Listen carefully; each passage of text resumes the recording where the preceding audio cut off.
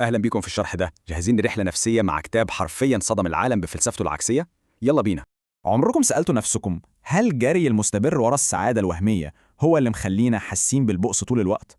خلونا ندخل في الموضوع على طول. كتاب فن اللامبالاة لمارك مانسون بيقلب الموازين وبيطرح رؤية مختلفة تماماً. انسوا الإيجابية السامة بتاعت التنمية البشرية. مانسون هنا بيقول لنا السر كله في إننا نتقبل عيوبنا وحدودنا. أول صدمة بيديها لنا هي مبدأ لا تحاول، لأن العند في تدويرنا على السعادة بيجيب نتيجة عكسية. غريبة صح؟ بس السر إننا لما نتقبل المشاعر السلبية بصدق، ده في حد ذاته أقوى تحول إيجابي.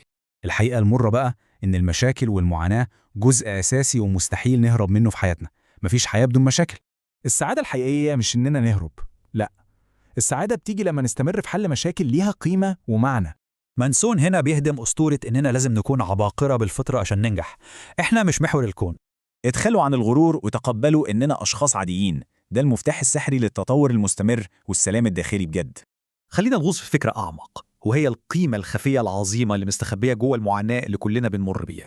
الفكرة كلها في اختيارنا للألم اللي مستعدين نتحمله. ده بالظبط اللي بيدي لحياتنا اتجاهها ومعناها. تخيلوا إننا دايماً في حالة اختيار مستمر. دي قوة المسؤولية الشخصية المطلقة اللي مانسون بيكلمنا عنها.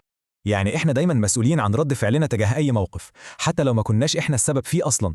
التواضع الفكري وإننا نعترف إننا ممكن نغلط، دي خطوة ضرورية جداً عشان عقلنا يتطور ويتعلم. التمسك بإننا عارفين كل حاجة بيقفل علينا. التعلم الحقيقي بيحصل بس لما نتخلى عن اليقين المطلق ده. مانسون بيشوف إن الفشل مش نهاية العالم، بالعكس ده شرط أساسي وممر إجباري لأي تقدم حقيقي.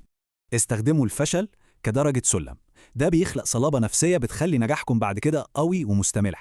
الخلاصة، التحول من الإيجابية السامة للواقعية هو التغيير العملي اللي محتاجينه في تفكيرنا عشان نوصل للحرية النفسية.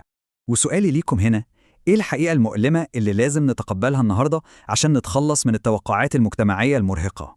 شاركونا في التعليقات بأهم فكرة عجبتكم في الشرح ده، وما تنسوش تشتركوا عشان تشوفوا شروحاتنا الجاية. سلام.